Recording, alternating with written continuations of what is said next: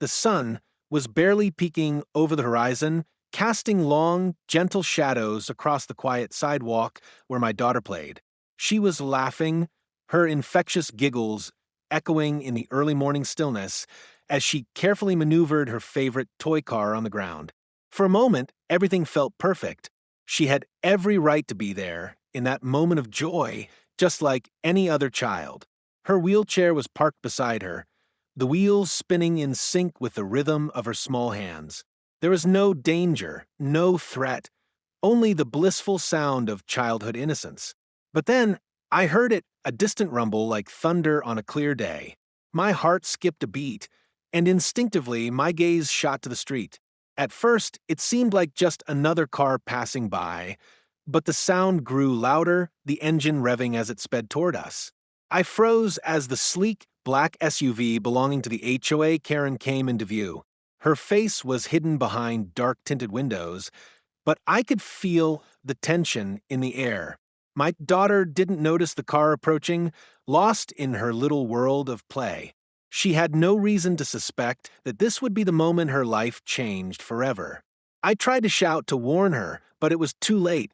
In a flash, the car swerved closer, its tires screeching against the asphalt. And then, with a sickening thud, the unthinkable happened. The world seemed to stop. My heart sank as I rushed toward my daughter, the pain of the moment already settling deep in my bones. How could this happen? Why would she do this? The answers felt as distant as the sun, now swallowed by the dark cloud that had just rolled over us. It was the kind of neighborhood that seemed perfect on the surface.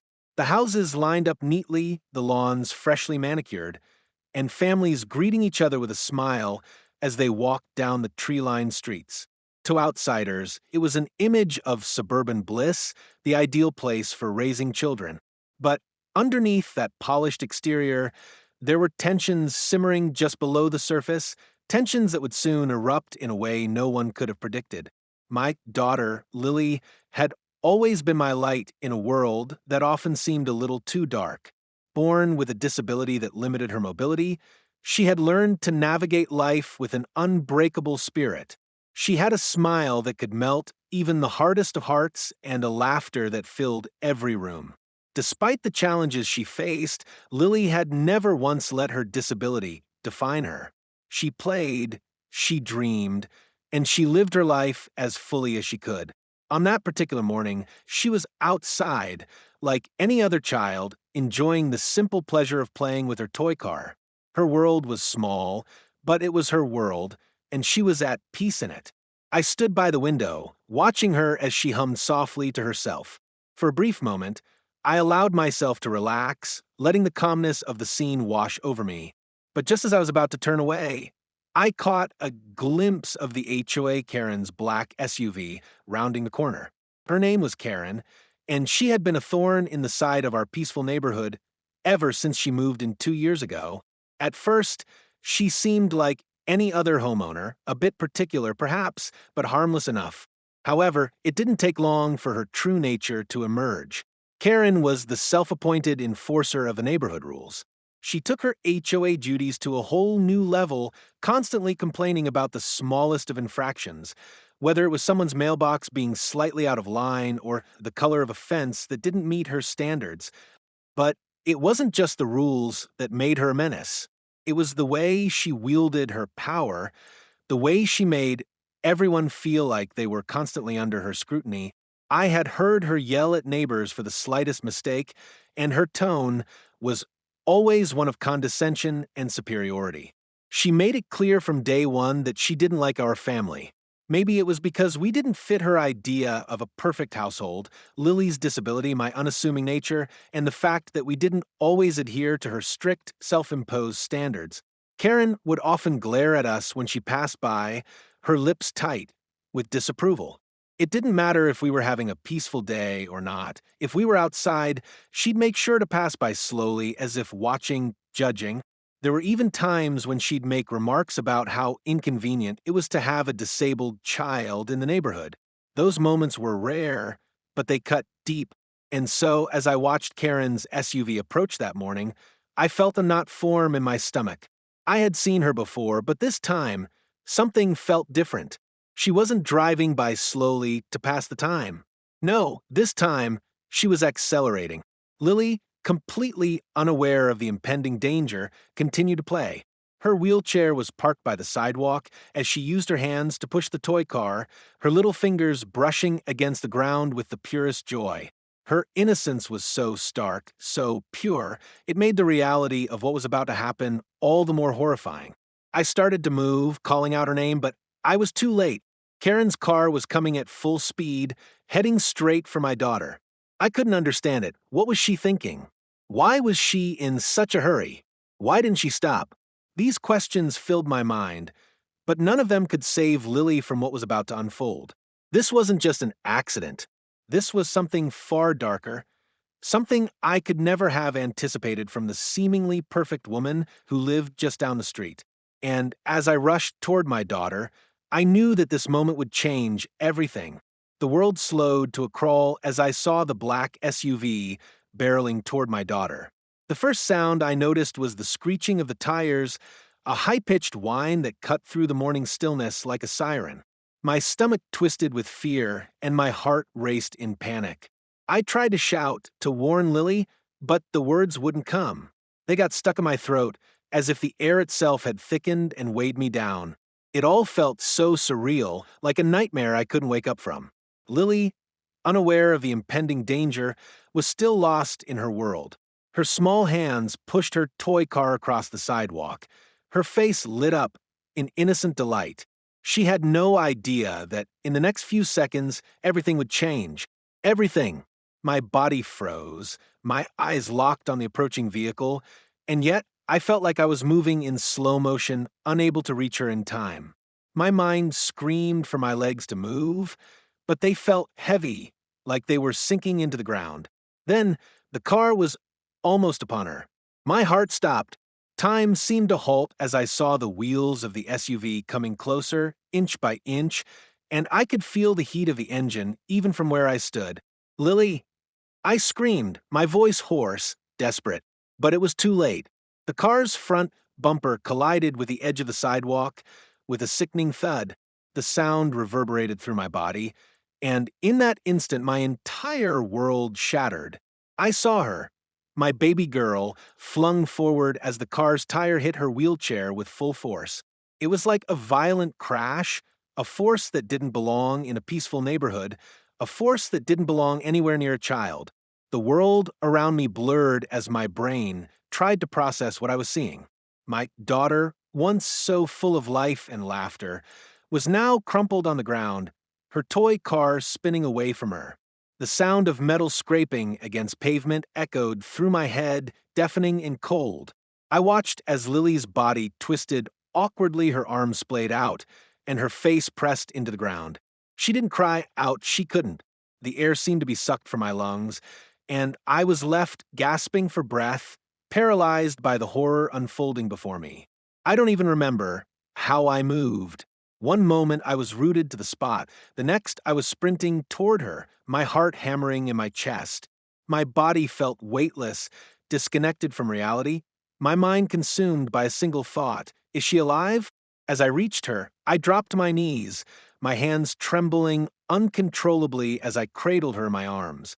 I could feel the warmth of her body, but it was wrong. Too warm in some places, too cold in others. I wasn't sure where the warmth ended and the cold began. The sickening sound of metal crumpling under the weight of the SUV still echoed in my ears as I held my daughter close. "Lily, baby, can you hear me?" I whispered frantically, shaking her gently, but she didn't respond.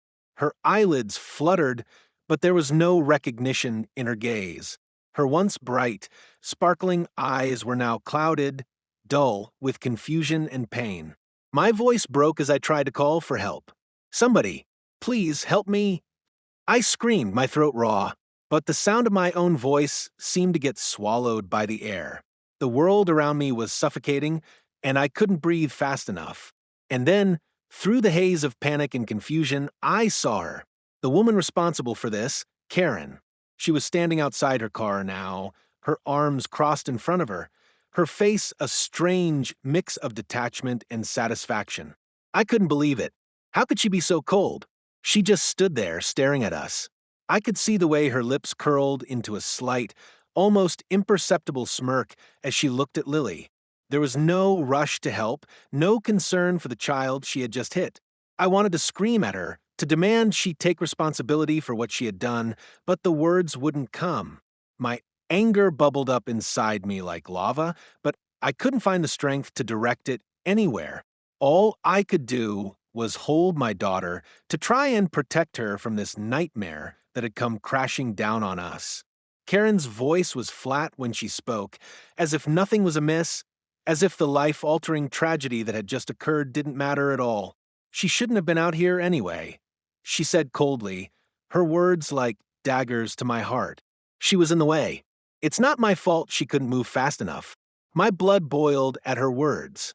Move fast enough? Was she really blaming Lily for this? I wanted to rage at her, to make her feel the weight of what she had just done. But I couldn't. My focus was entirely on Lily. Her breathing was shallow, her chest rising and falling in slow, uneven gasps.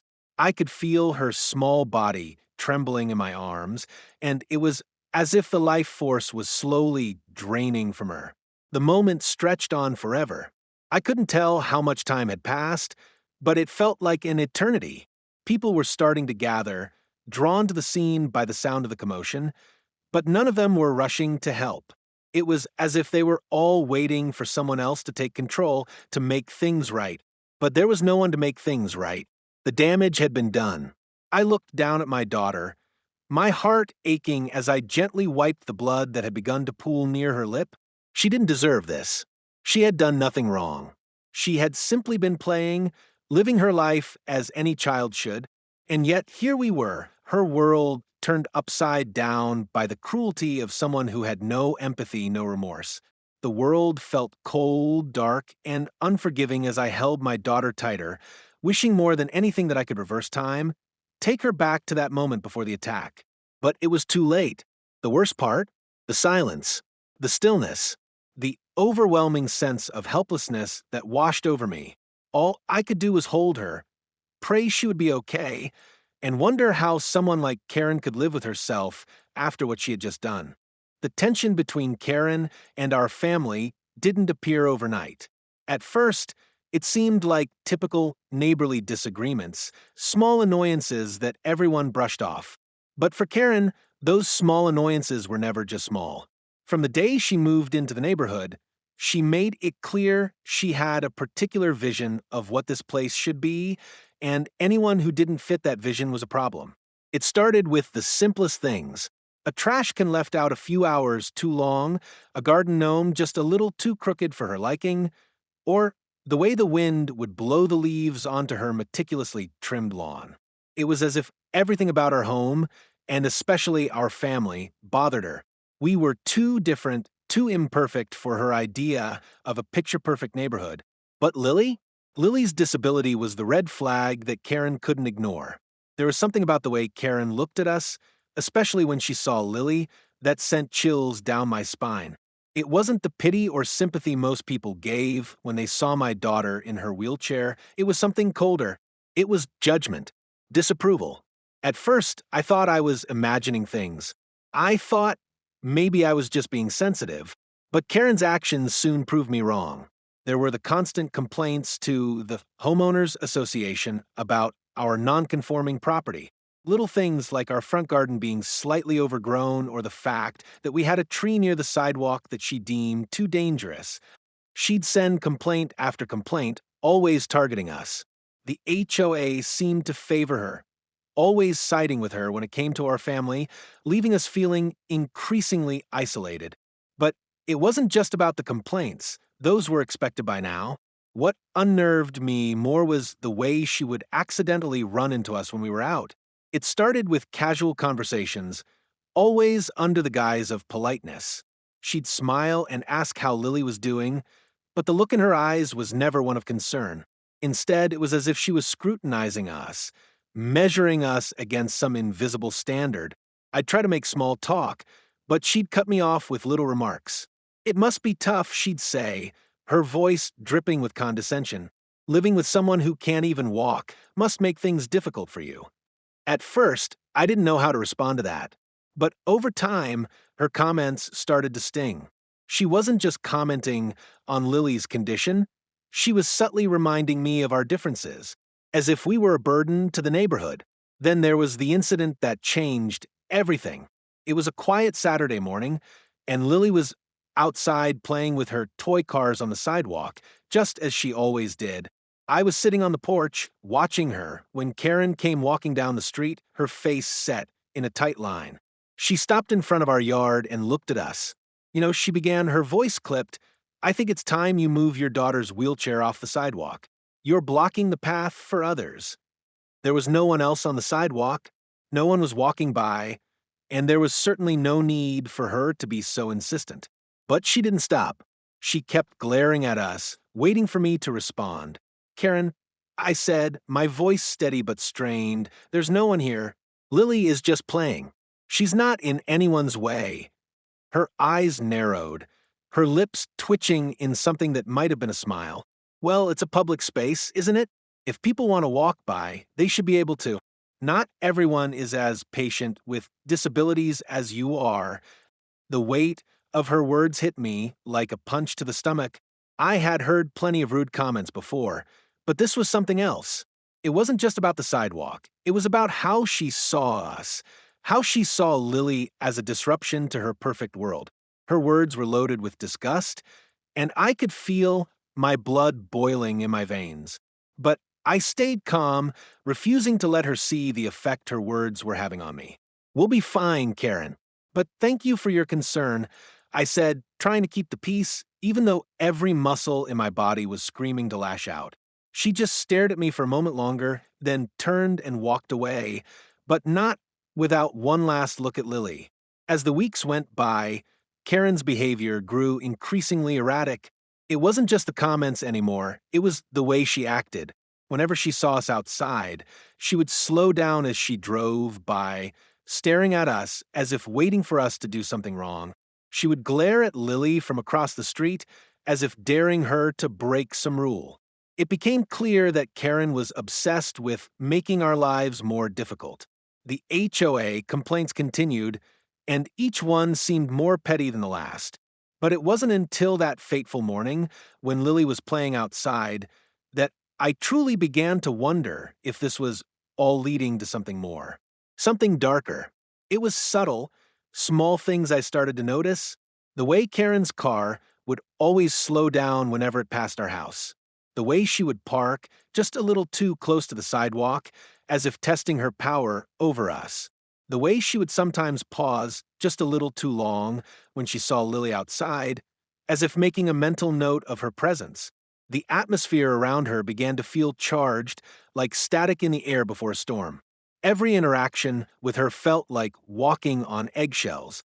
The tension was palpable, building like a storm waiting to break. I kept telling myself it was all in my head, but deep down, I knew that this wasn't just about a neighborhood dispute. This was personal. And Karen? Karen wasn't just content to torment us with her words and her complaints. She wanted to take control. I began to fear that one day something would snap, that the tension would reach a breaking point. And on that day, when Lily was out on the sidewalk playing, I realized with a sickening clarity that I had been right all along. This wasn't just about a neighborhood squabble. It was about Karen's need to dominate, to remind us that we didn't belong. I had no idea that it would escalate the way it did. But as I watched her car heading straight for my daughter, I knew this wasn't an accident. The moment the car collided with Lily, everything went silent, like the world had just hit a pause button. My body went numb as I rushed toward her, every step feeling like I was wading through thick mud. My breath was shallow, my thoughts scattered, but my focus was singular. Get to Lily, get to her before it was too late. As I reached her, I could see the blood. The sight of it was enough to make my stomach churn. But I pushed past the wave of nausea. There was no time to be weak. My baby girl was lying on the ground, her small body twisted in an unnatural way, her face pale and contorted in pain. I gently lifted her head, trying to assess her injuries, But the reality of the situation hit me with a gut-wrenching force. Her eyes were barely open, and there was a glazed look in them, one I had seen in my worst nightmares when I feared I might lose her. "Lily, baby, can you hear me?" I whispered, my voice cracking. She didn't respond. I could hear her shallow breathing, the rise and fall of her chest faint, like it was a struggle for her to stay conscious. Tears blurred my vision, but I fought them back. I couldn't break down now, not when she needed me the most. My hands shook as I pressed them to her arms, her legs, trying to find a sign that everything would be okay. But I knew it wasn't okay. It wasn't even close. "Lily, please," I begged, shaking her gently. "Please open your eyes. Please just wake up." But she didn't move. Her body was still, and the silence between us felt suffocating. I looked up in desperation, hoping to see someone rushing to help, but there was no one. People were standing at a distance, gawking, murmuring under their breath. Some were frozen, others had already started taking out their phones to record the scene, as if it were just another spectacle to consume. Not a single person stepped forward to assist. My throat tightened as the anger built inside me. How could they stand there and do nothing? And then I heard her. The sound of Karen's voice, cold and flat, cut through the chaos like a knife. "I told you, didn't I?" she said, her tone completely devoid of empathy. I didn't even need to look to know it was her. The words, the tone, it was as if she had been waiting for this moment, waiting for us to be in a position where she could finally make her mark. I turned my head toward her, my heart hammering in my chest. There she stood, leaning against her SUV, her arms crossed over her chest like she had just watched a minor inconvenience unfold. There was no panic, no remorse, no guilt, just cold indifference. Almost as if she had been inconvenienced by our presence in the first place. "Karen," I spat, my voice shaking with a mix of disbelief and fury. "What did you do?" Her lips twisted into something that might have been a smirk, but it wasn't a smile. It was something far more sinister. "She was blocking the sidewalk," Karen said, her voice clipped and dismissive. "She shouldn't have been there. She shouldn't have been in the way." My chest tightened as her words sank in, the weight of them almost unbearable. "In the way," I echoed, my voice rising, cracking with emotion. "You ran over my daughter. You hit her with your car. And you're justifying it?" She shrugged, her expression unchanged. She was in the way, and I was just trying to get past. "It's not my fault she was too slow to move." The cruelty, in her words, was like a slap across my face. I couldn't believe it. My mind reeled as I tried to comprehend what I was hearing. This woman, standing before me, had just hit my daughter with her car, and now she was making excuses, blaming Lily for it. How could anyone be so heartless? How could someone justify running over a child because they were in the way?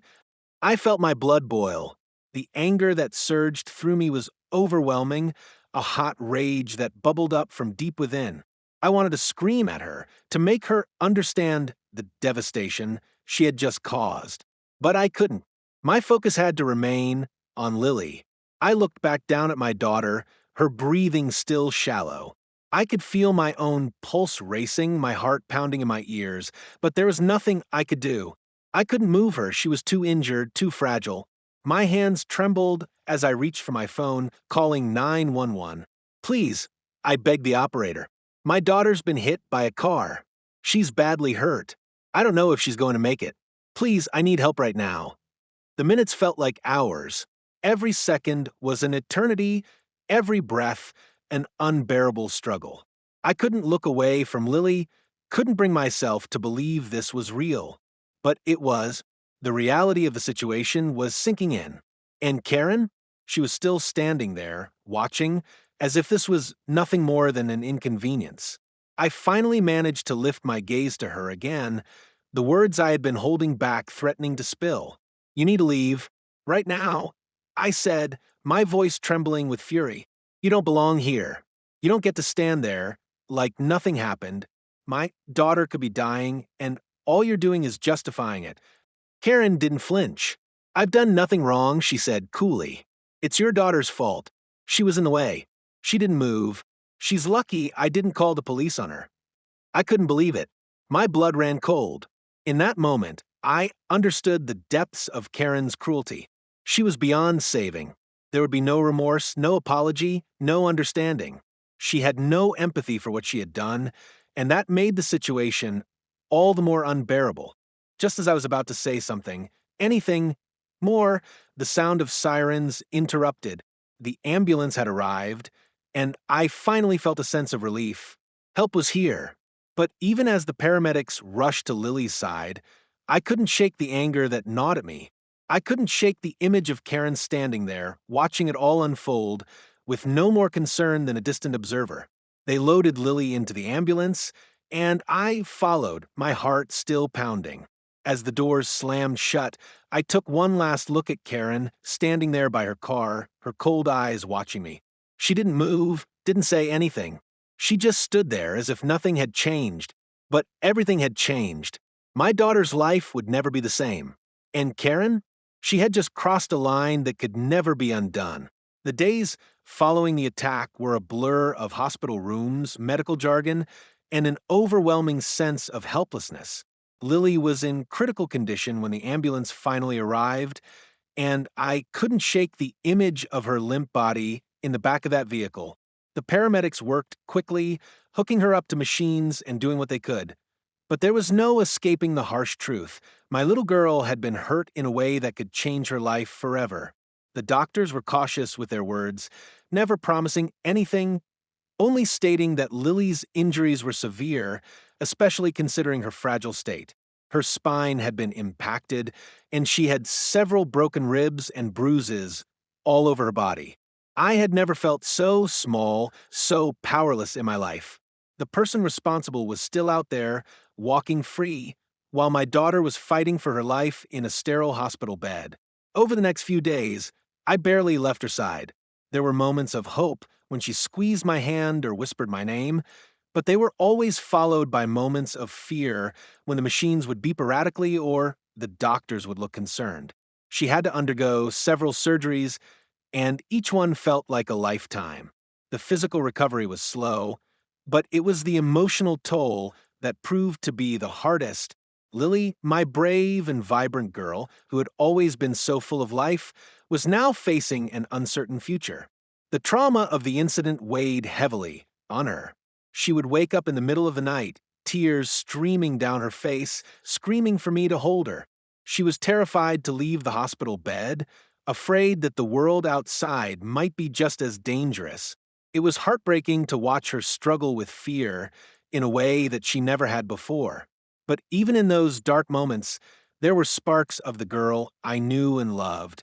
She still smiled through the pain sometimes. Her spirit wasn't completely broken. And through her, I found the strength to keep going.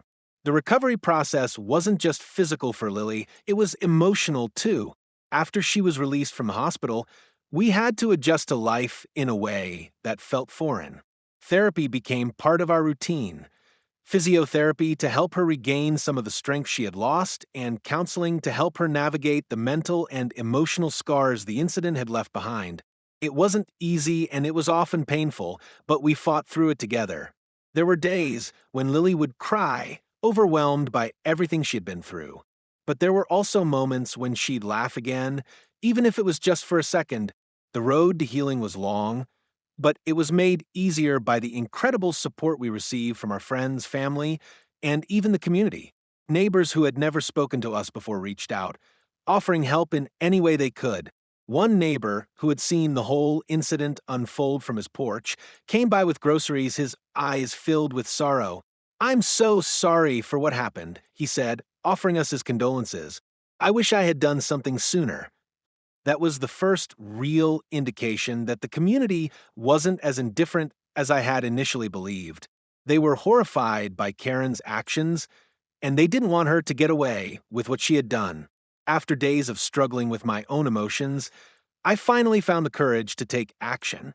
Karen had to be held accountable, not just for what she had done to Lily, but for the way she had manipulated and controlled the situation.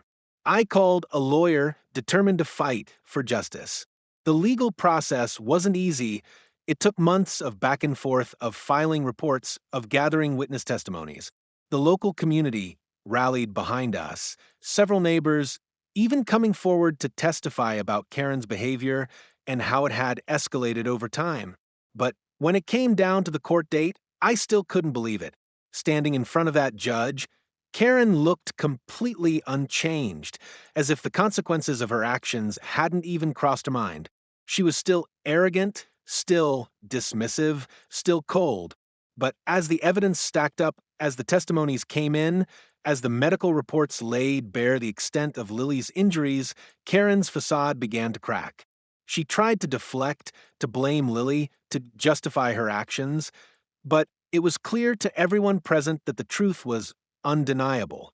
She had run over a child, my child, and she had done it with no remorse.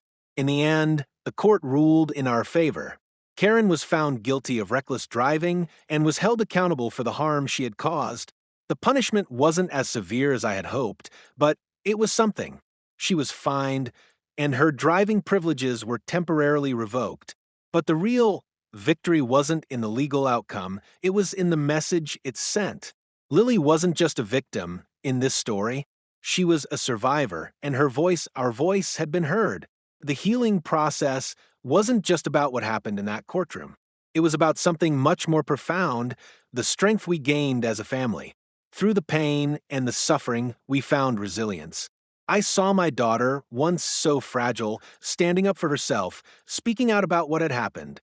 She was no longer the quiet, shy girl she had been before the attack. She had become someone more powerful, more aware of her worth. But the journey didn't end with the court case. We continued our work, helping Lily through her emotional scars. We started attending therapy as a family, learning how to cope with the trauma, how to rebuild trust in the world. It was a slow process, but one we embraced with determination. As for Karen, the community had distanced themselves from her. No one looked at her the same way. Her power had slipped away, her reputation tarnished beyond repair. She was no longer the self-righteous figure she had once been. In the end, she had been brought low by her own actions, and she had no one to blame but herself. Looking back now, I realize that the experience changed me. It changed all of us. We learned to never take a single day for granted, to never let fear silence our voices, and to always fight for what's right, even when the road ahead seems impossible. Lily is still recovering, still growing, but every day she gets stronger, both physically and emotionally. And I know no matter what happens, we'll face it together, stronger than ever before. As we close this chapter, we must ask ourselves, is justice truly served? Lily's life will never be the same after what happened. The physical scars will fade, but the emotional trauma will take longer to heal. The court gave us a victory, but does a fine and a temporary suspension of driving privileges really bring justice for the years of pain, fear, and suffering Karen's actions caused? Can any punishment undo the damage done to a child who was simply playing, simply existing in a world that should have protected her? While we may never get full justice for what happened, one thing is clear. The fight for accountability, for fairness, for respect, that is worth every ounce of energy. This story isn't just about one person's cruelty. It's about all of us standing up, demanding that we be treated with dignity and that our loved ones are safe from harm. Lily may have been the victim, but she's also a survivor. She's an example of resilience. And she's shown us that no matter how dark the world can seem, we have the power to rise above it. But we can't stop here. The story doesn't end with Lily's recovery. It continues with all of us. It's a reminder that we must stay vigilant, that we must stand up for the vulnerable, and that we must hold others accountable for their actions. So, I urge you, don't stay silent. Speak out. Support those who need it. And if this story resonated with you, don't forget to subscribe. Your voice, your support makes a difference. Join us in spreading awareness, in fighting for justice, and in making sure stories like Lily's are never forgotten.